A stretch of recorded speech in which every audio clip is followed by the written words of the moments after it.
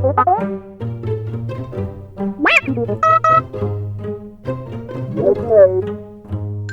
guys, welcome back. It's Monday, the day after I got home from FanX, and there are a few things I want to discuss. If I seem like I'm kind of out of it, that's because I've been out of it all weekend. I'm sure you could tell in the videos. And I do want to try and explain some of the reasons especially on Saturday, my vlog was very, very erratic. So for FanX 2019, I'm going to be discussing the good, the bad, and the unnerving. I'm not going to say ugly, I'm going to say unnerving this year. So first of all, there was a lot of emotional upheaval this year, and not just with me. I noticed I wasn't the only one who was very emotionally fragile this year.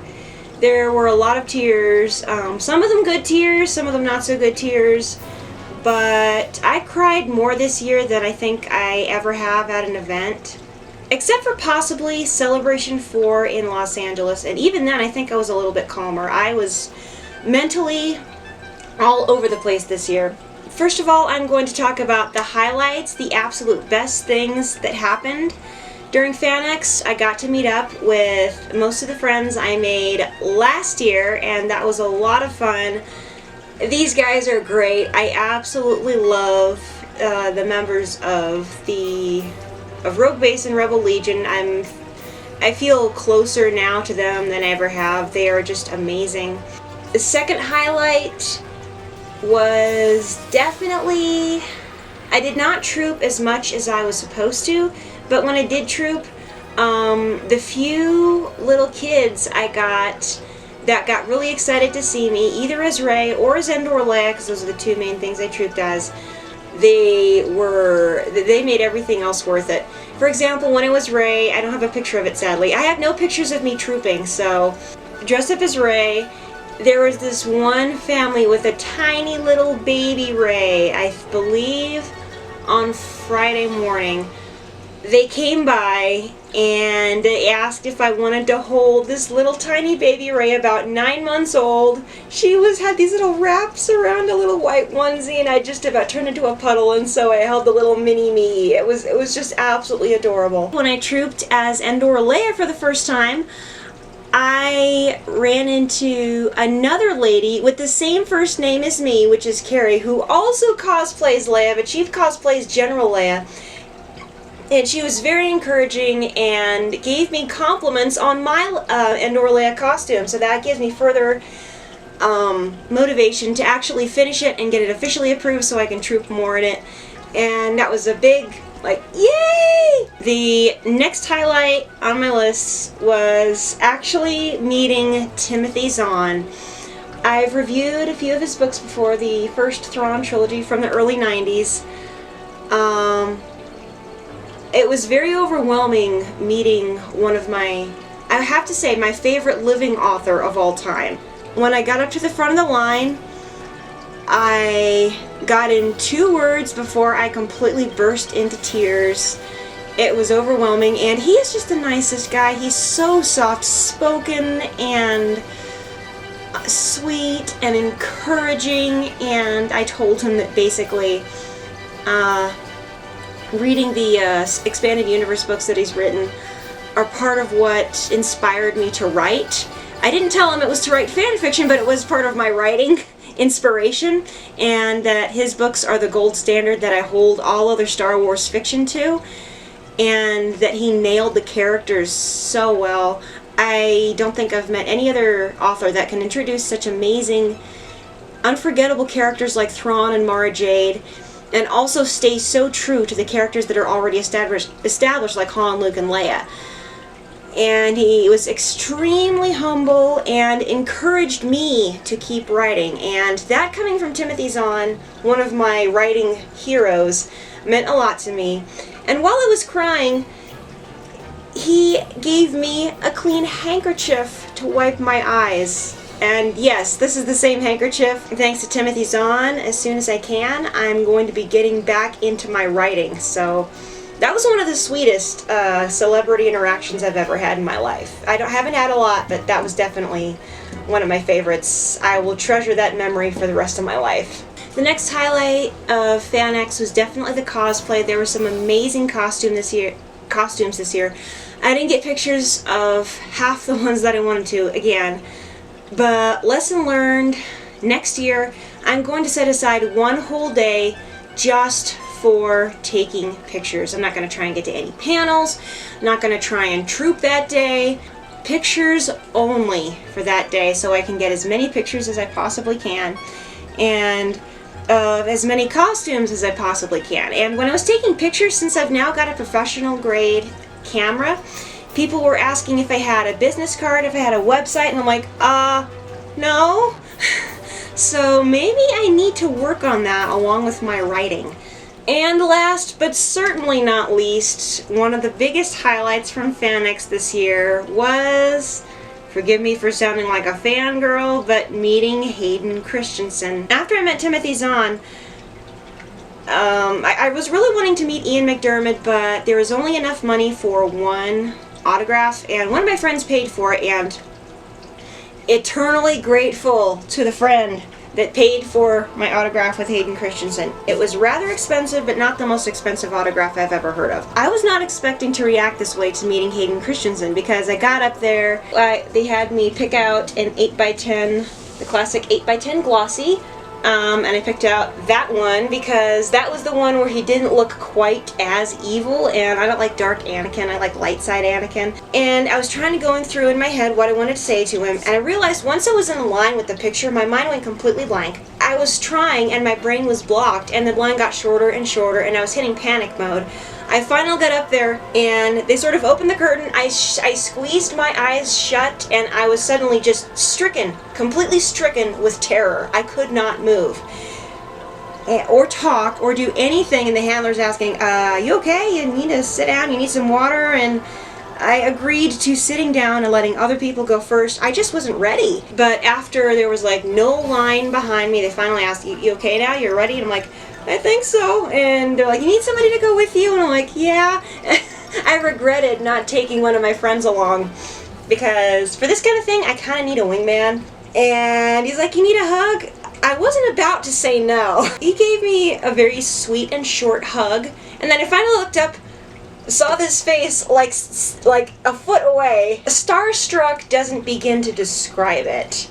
I did not expect to act like this, especially in front of Hayden Christensen. Now, if Mark Hamill had been there, I guarantee I would have been 10 times worse, because I've wanted to meet him since I was 7 years old. It turns out Hayden Christensen is one of the sweetest, most patient. He's quiet and soft-spoken, and he was very encouraging and saying, no, don't put yourself down. You're doing just fine. It was like he didn't mind at all my fangirling, and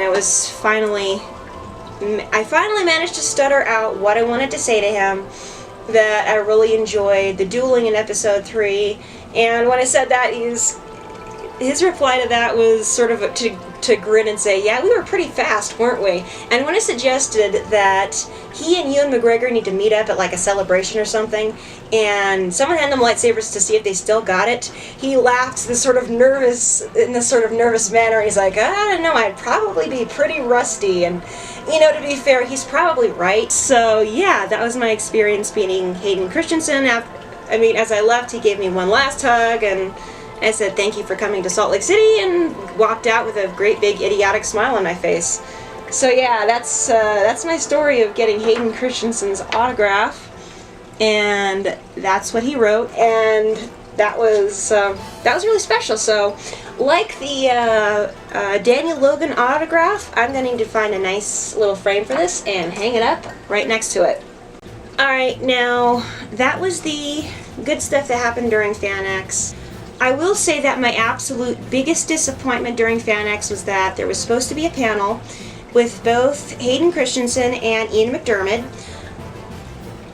At the very last minute, I'm talking like no more than an hour to half an hour before the panel was supposed to start, Disney pulls the rug out from under it and does not allow it to happen. And there's been speculation running absolutely rampant about that, like, what does this mean? The fact that Disney waited until the last minute to cancel this, that makes me extremely, I don't think I've ever been more ticked off at Disney in my whole life than the way they pulled the rug out from under the panel like that. Because that was the one thing I was looking forward to on Saturday, and now it was gone. And I'm the kind of person, when my plans get severely disrupted, I am lost afterward. Saturday overall was not a good day.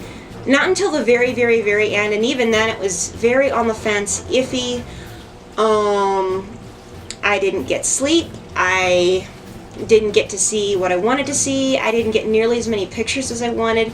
Murphy was running absolutely rampant. I was trying to troop, and I was tired, and my feet were hurting, and I felt a lot of pressure. The booth was constantly crowded because it was Saturday, and it was just completely exhausting. And there'd been something going on with my head all weekend. I was extremely fatigued, more so than I've ever been running on 5 hours of sleep a night. I was nodding off in the booth several times. The group picture was moved around, like, at the last minute, and it was so frustrating. And by the middle of the day, I was just about 3 o'clock. I was done. I did not want to do anything else. I was telling my friends, this sucks. I don't know what to do. I can't think of anything. I'm exhausted. My feet hurt. I'm hungry. I don't know where to find food that I can afford and that won't destroy my innards. If I didn't live 150 miles away, I would go home right now. And that's what I said. So finally, I got it nailed down where exactly the Rebel Legion group picture was going to be. And I'm like, okay, if I don't get anything else accomplished today, at least I can get that accomplished. I finally wandered over there with everybody else, got to the spot, tried to find a spot. I got up the stairs, and I got insanely dizzy. So much so, I could hardly keep my eyes open for the picture. We weren't even halfway into the pictures when I literally passed out. I still don't know why, but long story short, there are several EMTs in our groups, both 501st, Rebel Legion, whatever. And they all basically converged on me, tried to help me, dumped a bunch of water into me, gave me electrolyte tablets, trying to find out what the heck is going on. To my eternal embarrassment, the FanX medics were called. I was taken back. They took a look at blood pressure, pulse, blood sugar, all of which were normal, by the way. So the rest of that day, I was basically ordered to rest. The Rebel Legion, what they call the CO, commanding officer, basically ordered me to sit down and take it easy the rest of the day. He basically wouldn't let me go anywhere alone from that point on because he was worried. And I can't say I blame him. I was a little bit worried about myself. There were things that helped cheer me up. I got to go for a ride on the speeder bike, as you'll see in the video for Saturday, which was a lot of fun. And later I got to pet a cat, and I'm sure that was part of it. I'm the kind of person whose mental health deteriorates very quickly when there are no furry animals around for me to pet. I still don't know why I fainted or why I am still extremely tired. I took melatonin on Saturday night, got a full 8 hours of sleep, woke up, still was not 100% up to snuff. I got another 8 or so hours last night. I'm still not 100% back. So I've been trying to make an appointment at a local clinic to find out exactly what's going on, because I'm a little bit worried about my lack of energy and my dizziness. My head is still throbbing right now. I'm still not up to snuff. I'm still a little bit out of it, and for this reason, the only reason I'm telling you this is because if my vlogs are erratic or they slow down a lot in the future, this is why. I'm hoping next year can be better. I hope I've learned some lessons from this.